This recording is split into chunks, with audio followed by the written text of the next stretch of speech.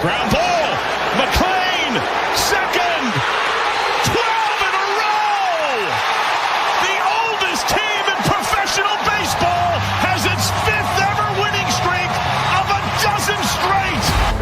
Our job every day is to try to kick somebody's ass. I mean, that's why we're here. That is caught. Left center. Reds win.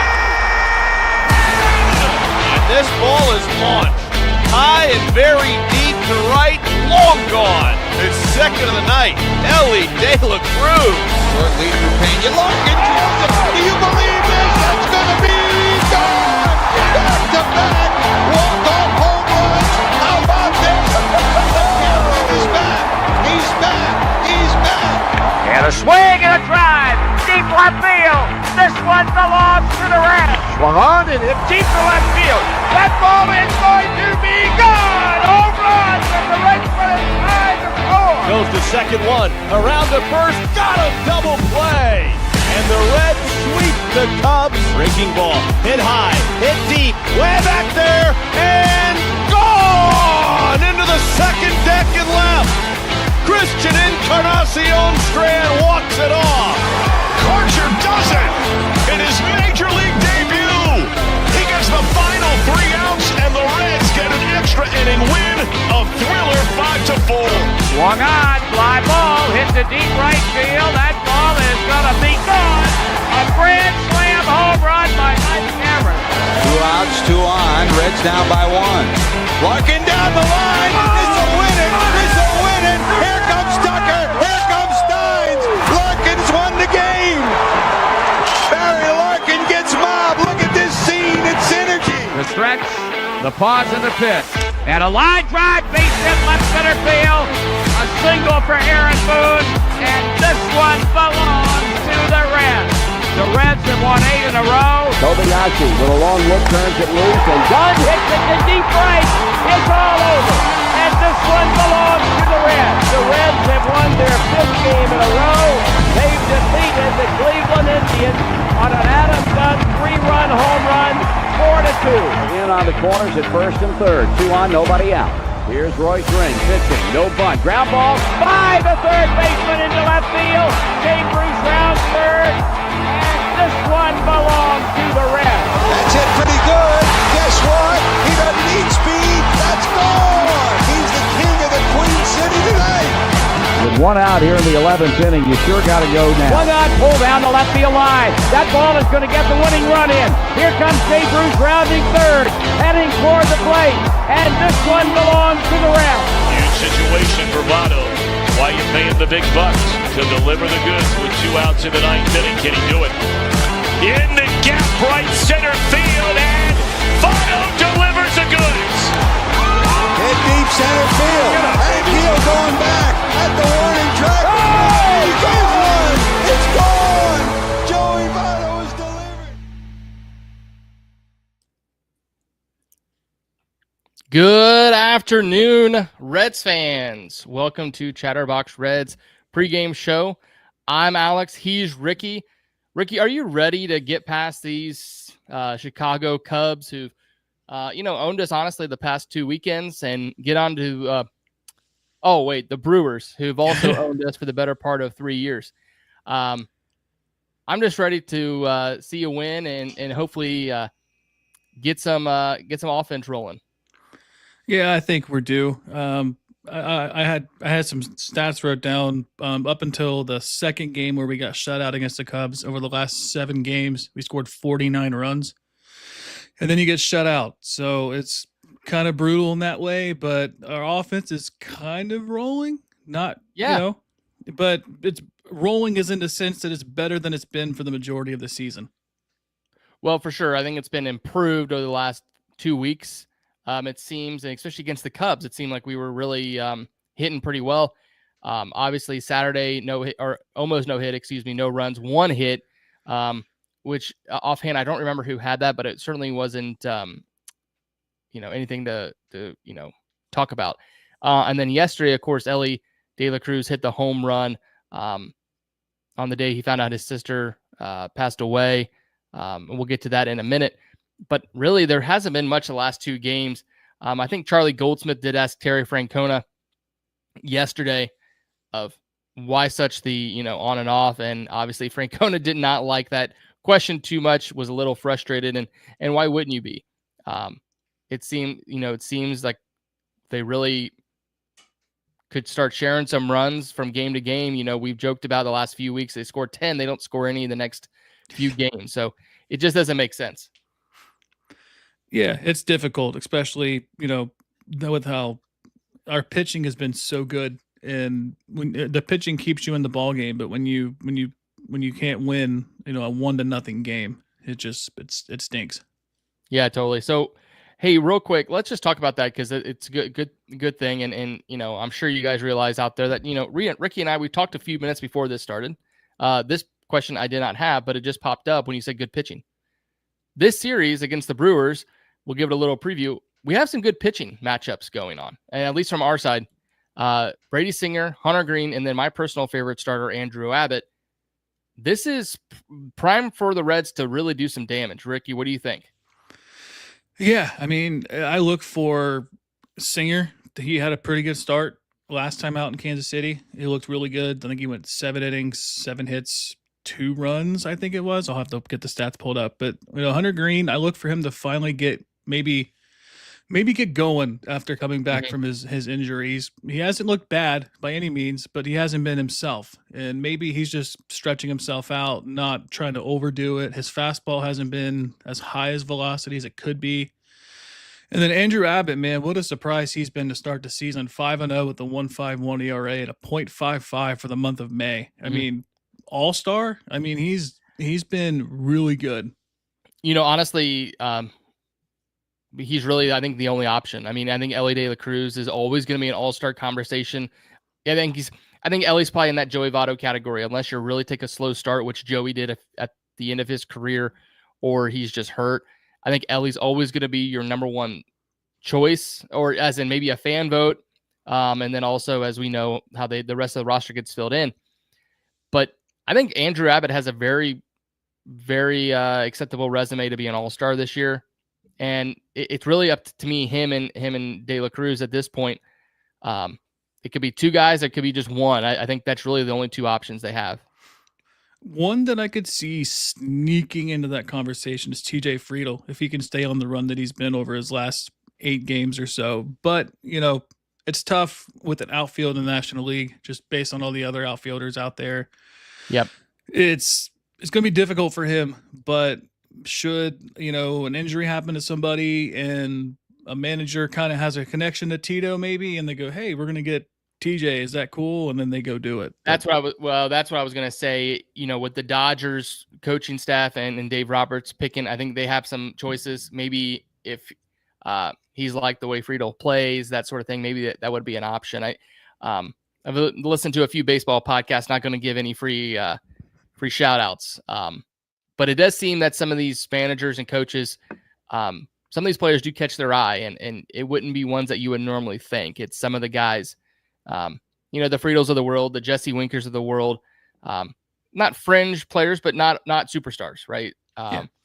Just guys who are gonna win games. So, Ricky, you had some notes about the Brewers this week. Do you want to go ahead and share that with the listeners here and see what we're up against? We talked about our pitching, but let's hear about the Brewers. What have they been up to? Yeah, you could probably notice it in the title of the video. The Brewers are red hot right now. They've won 7 games in a row. They swept the Red Sox at home in Philadelphia.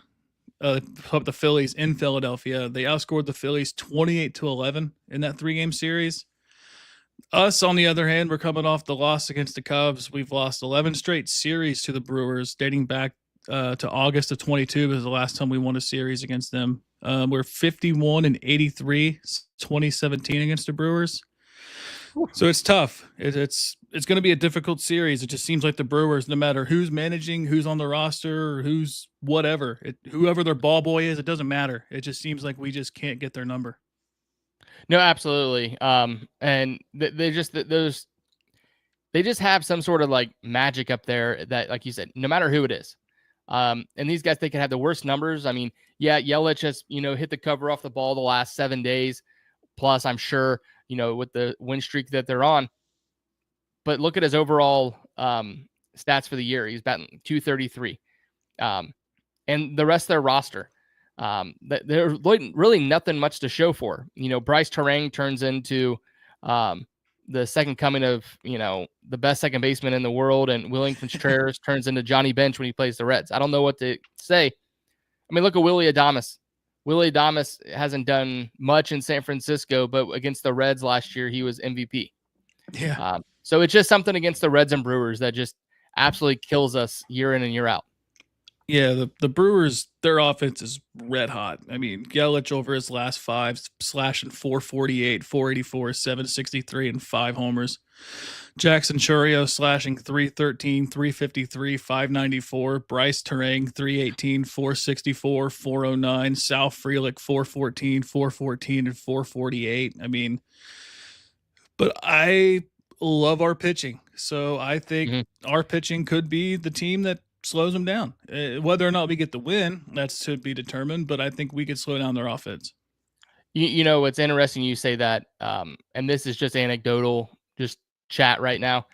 A lot of the injuries that have happened across baseball, I think, are more pitching. The Red Sox are looking for anything. There's rumors of maybe they're moving on from some players because they've had a poor start to the season. The Phillies, their pitching's the Reds have some of the best pitching in the National League. And like you said, maybe it'll stop the Brewers offense. The Reds, on the other hand, they just can't feast on bad pitching. That's the problem that it seems to be lately for our Cincinnati Reds. So do you want to dive through the lineup here and kind of let's point out some things I'm sure some of the diehards here have noticed. But how about you go through here and let's look through some of the changes. Yeah, we got some pretty big changes in the lineup for really a first time in quite some time. TJ Friedl, normal, leading off, playing center field. Gavin Lux playing second, batting in the 2-hole. That's a huge mix-up, giving our good old friend Santiago Espinal out of the 2-hole and a day off. Ellie De La Cruz batting third, shortstop. Tyler Stevenson at DH. Spencer Steer, first base. Will Benson playing in left. Jose Trevino behind the plate. Jake Fraley in right. Our good friend, the hamster, Garrett Hampson at third. What are your thoughts? I'll give you mine, but I'll let you go first. Yeah, well, I'll go first here. So obviously, I think the couple guys we talked about, or one guy, Ellie De La Cruz, obviously anchors the lineup every day at batting third. Someone you just said earlier, TJ Friedl, possible All-Star. Has had a fantastic year so far. The 3 lefties in a row, we'll see. Most games are going to be tight, so they'll probably bring in a left-handed reliever. I saw Nick Kirby posted on X. The Brewers have 4 in their bullpen, so that may not be great. But the main man, Will Benson's in the lineup. I've been seeing some stats floating around X.com that the Reds record when he's in the lineup is fantastic. So hopefully we can get some of that magic. And, the whole Garrett Hampson, I'll end on him.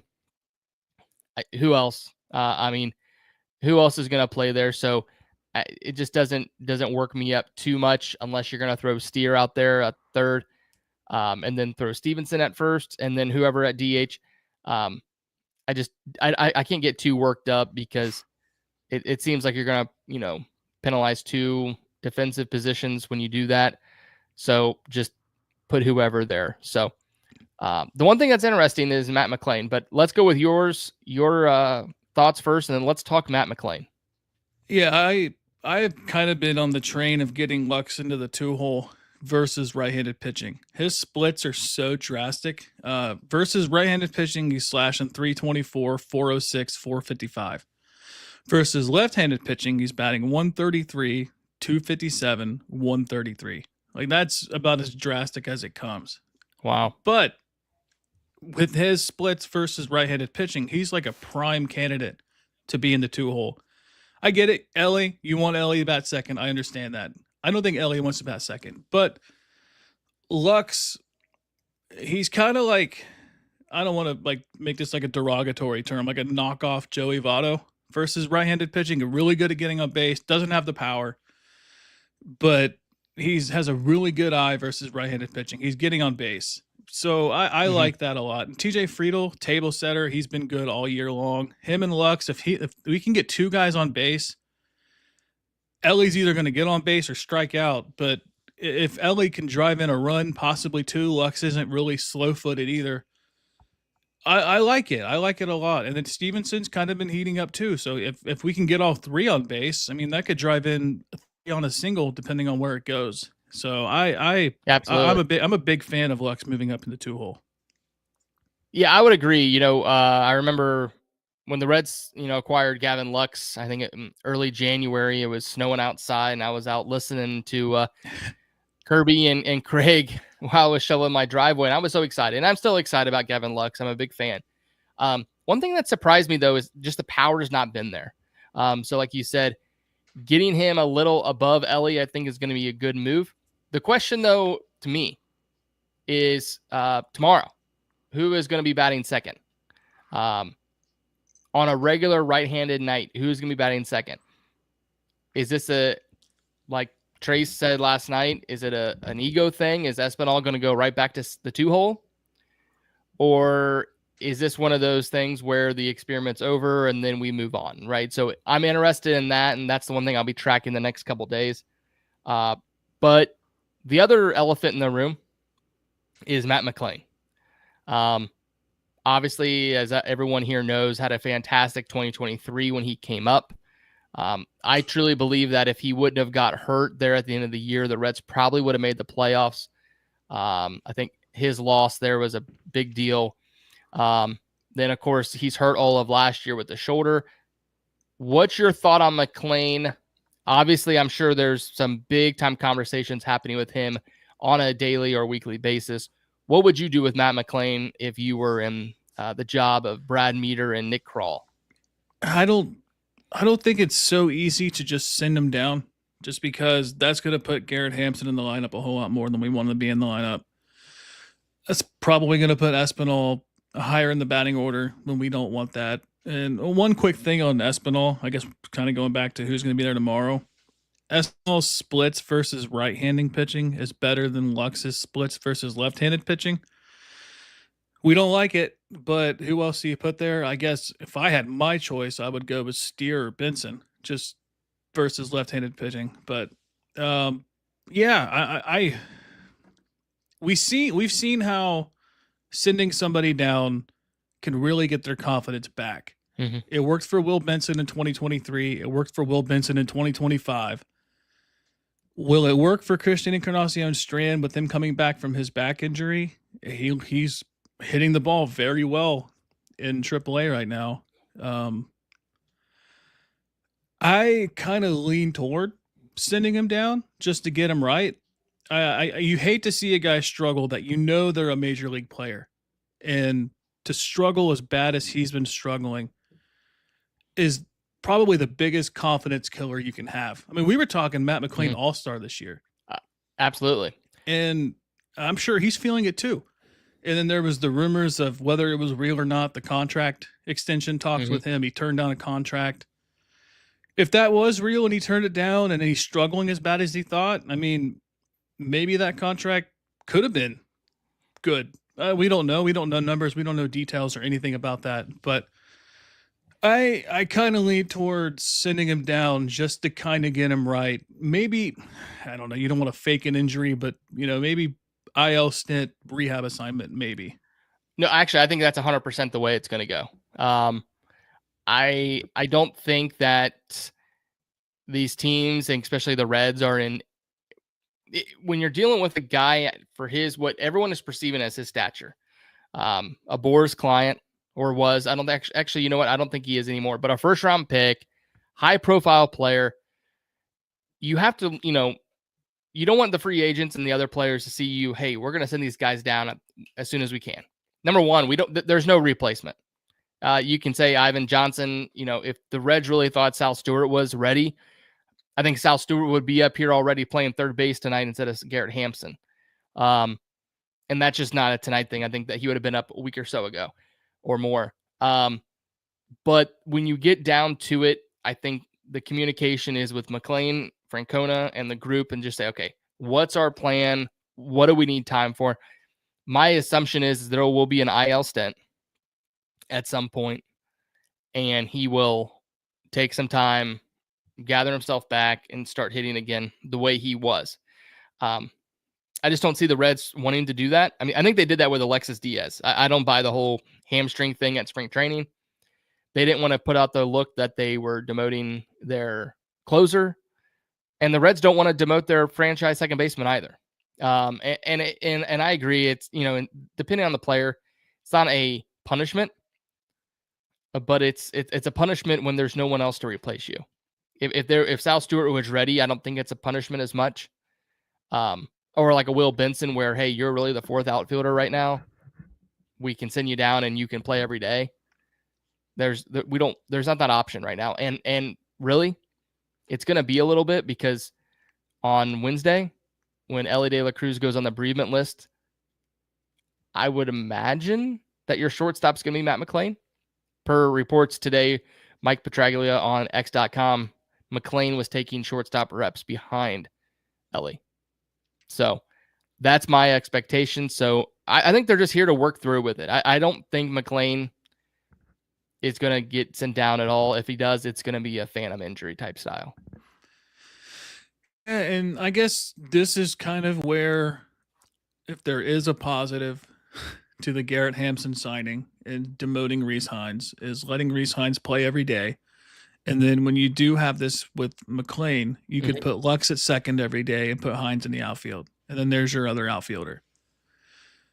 I don't know what else, because I don't think there's any other infielders that are worth a shot that other than CES, but his is a whole different situation. His is rehab stint being activated. But with Elly going on this bereavement list, it's going to be a real test for this offense too. It's going to be, if McLain is going to be the one taking reps, I mean, who's your 3-hole hitter? Who's your, 8-hole hitter? Well, I think for the good thing about the bereavement list, it's only 3 days. Yeah. I hate it for Elly, but it's not like he's an injured list. Hopefully it's just a few days. And there's an off day sprinkled in too. Exactly. Yeah. Exactly. So yeah, it's, at one point we were talking about how many good players the Reds had, but still think about their IL, right? I said earlier, I think a lot of the IL from across Major League Baseball has been pitching. The Reds lineup has just been killed with injuries. Marte, CES, Austin Hayes, Candelario. I mean, take it or leave it. But all those guys on the IL, that's where we get in the case where we have a Garrett Hampson, where we really can't send down McLain to work on anything if needed because there's really no replacements. So do you want to throw that Brewers lineup up and let's see and who's going to scare us to death tonight? Yeah, we got Bryce Terang playing second base, leading off. Jackson Chourio has been red hot, playing center field. William Contreras catching, turns into Johnny Bench against us for some reason. Both Contreras brothers, honestly. And then Christian Yelich has just been on fire, DHing. He got hit in the hand on Sunday. X-rays were negative.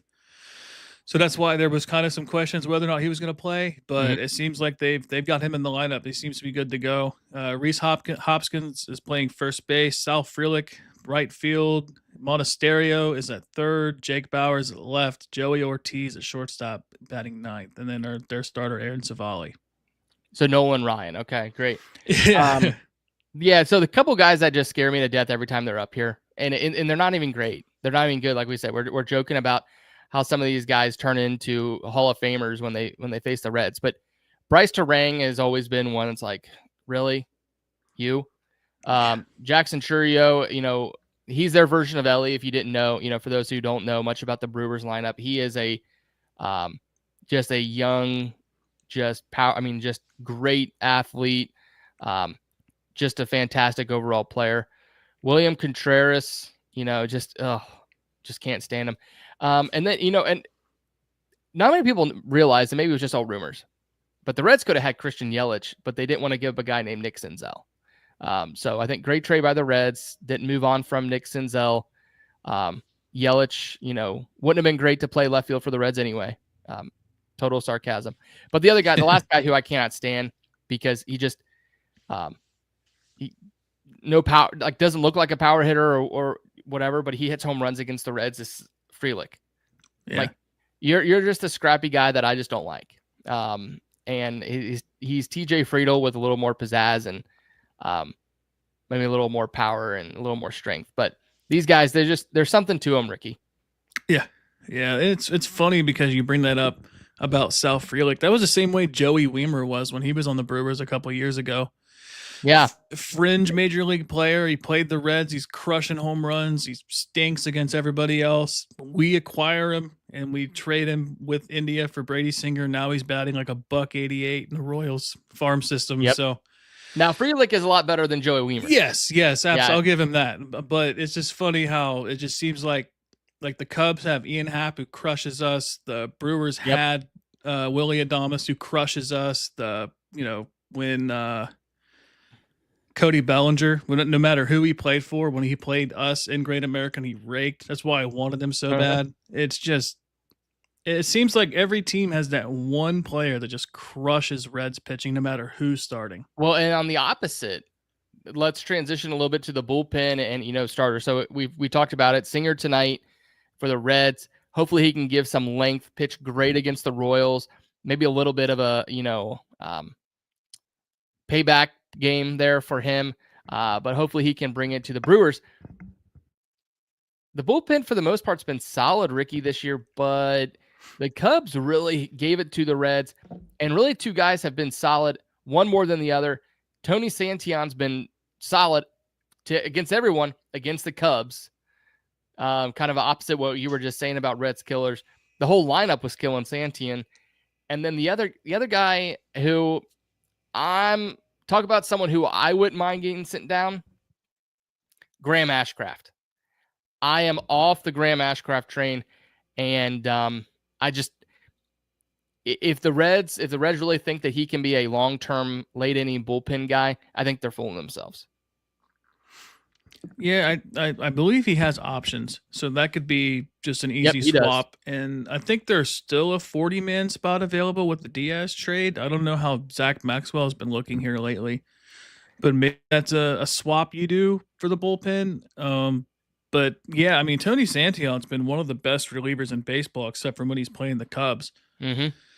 And surprisingly, like Lyon Richardson has been a really pleasant surprise in this bullpen. I don't think he pitched great against Chicago, but he's got a 1.20 ERA and a 1.20 WHIP and 9 Ks this season. Like if you would have said that when he came up in 23, I would have said, yeah, right. You got him pitching in crucial spots in the bullpen, but he's been a real pleasant surprise. I'm a big fan of his. I'm really happy that with him it's working out and he's finding consistency and he's really locating his pitches. I had tweeted about it before in the Houston series when he pitched. He was throwing a 97-mile-an-hour fastball, and then his changeup has been just really good. It's been like 86 miles. It's been like a 10-mile-per-hour drop-off, and he's throwing it in the same exact spot.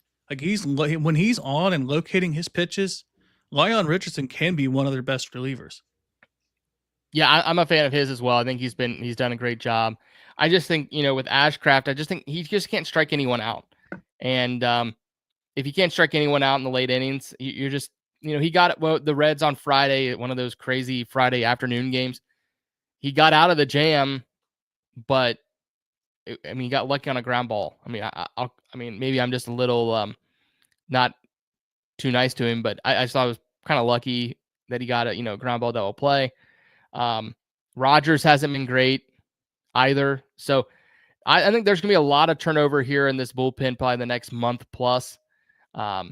So, Ricky, any other final comments here? We're coming up on the bell.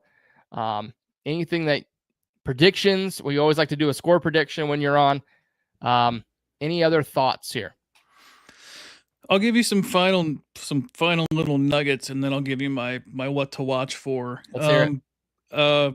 Active Brewers versus Brady Singer. Christian Yelich is 1 for 6. Contreras is 2 for 6. Frelick's 3 for 5, and Terang's 2 for 4. And then active Reds versus Civale is Trevino's 2 for 7. Steers 1 for 2 with the home run, and Stevenson and Espinal are both 1 for 3, but Espinal's not in the lineup today. And then I want to watch for I got some interesting lines off of some betting lines. Ellie De La Cruz has recorded at least 1 RBI in 4 of the Reds' last 5 home games versus NL opponents that hold a winning record. That was plus 125. Jake Fraley has hit a home run in 3 of his last 4 home appearances against the Brewers after playing the previous day. That's a plus 650. Kind of like those odds. Everyone. It's a good. Save your money. And then Will Benson has recorded at least 1 RBI in 6 of the last 7 Reds home games. So that's what to watch for. And then I guess score prediction wise, I'm going to say mine, and everybody in the chat, if you want to post yours, I'll highlight them on the thing while Alex is thinking of his. But I think Civale has a high ERA. His ERA is over 6 this season. I think our offense is going to stay hot relatively to how we were the last game. Well, 2 games against the Cubs after we got shut out with the 1 hit. Yep. But we didn't do too bad yesterday, and then obviously the Friday game. But I think we're going to get some runs. I think it's going to be a relatively high-scoring game. I'm going to say it's going to be 8-6 Reds. Wow. Well, I'll give you 2 predictions. There's no way that the Reds are scoring 8 runs tonight. I'm not being pessimistic by any means. I just don't think that's going to happen. I'm going to say I'm not going to say home run. But I'm going to say the star of the game. The star of the game there are going to be 2 guys. I think it's going to be Jose Trevino and Will Benson will be the stars of the game. Both of those will have they'll have the best line. They'll have the best lineup or the best line at the end of the game. The Reds will win 4-2. Take win game 1. And then I'm going to make a prediction for tomorrow. Tomorrow I'll be at the game. It's Zoo night. It's Red Panda bobblehead night. If you buy the special package, everyone. It's 3-2-1 night. I've already promised my daughters they can have 4 ice cream cups. There'll also be a triple tomorrow. And my family will be able to get the triple dip from UDF. So 2-for-1 prediction tonight, Ricky. So I said 4-2. You said 8-6. Let's pop some of these up here. There's Roger. Dunny 17. Yeah, Roger. I guess our runs will go up. Positive run differential will go up. Red 6-4. Dunny 17. Come on, John. Throw us a bone here, John. John, how many do you think the Reds will win tonight? What's the score, John? Yeah, John, give us your score. Put the chat in there. Another shout out, Fred M. 7-10 starts. Yes. We're back to the 7-10 starts. It's gonna be nice. Back to the good old days. I'm not sure if I like the 640. It doesn't really bother me. I don't get too worked up about the left field, but whatever. John, there we go, John. 5, Brewers 4. So looks like everybody thinks that the Reds will have some offense tonight. Civale's not, has been a kind of a journeyman since he left Cleveland. So hopefully the Reds can bring the bats out tonight, and we'll root on a win, Ricky. So if that's all we got tonight, appreciate it. Everyone listening in. Check out Nick and Trace tonight on the post-game show. And then, Ricky, you will be back here tomorrow with our friend Austin to preview Game 2 and hopefully talk about a Reds win, maybe even like a Brady Singer perfect game. So there we go. Let's go ahead and sign off, Ricky, and let's hit that outro. Go Reds.